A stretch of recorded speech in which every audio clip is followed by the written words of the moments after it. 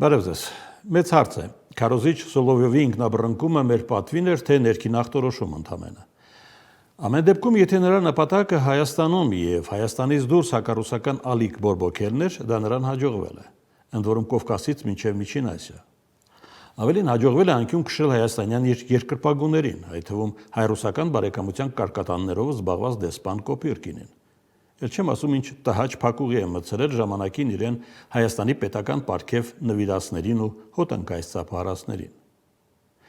Բայց հայկական մեդալը հանգիստ թողեք։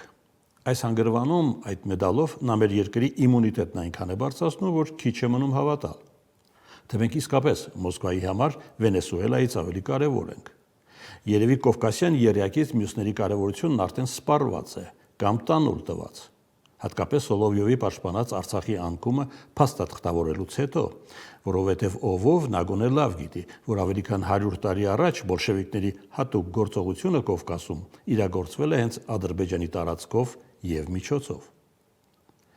Այդ ճանապարհը քարտեզի վրա կարծես չի փոխվել։ Բա հիմա Հայաստան հասնելուց առաջ այն երկուսին ինչ է կանելու։ Այնպես որ այն, ինչ լսում եք զարմանքով թե զայրույթով, կամ խոստովանություն է մեծ խոհանոցից, կամ պարզ հիստերիա, եթե ոչ քարոզչական իմպոտենցիա, հավանաբար Բաքվում կալանքի տակ պավող Ռուսաստանի քաղաքացիների անօգնականության սինդրոմով։ Հաջողություն։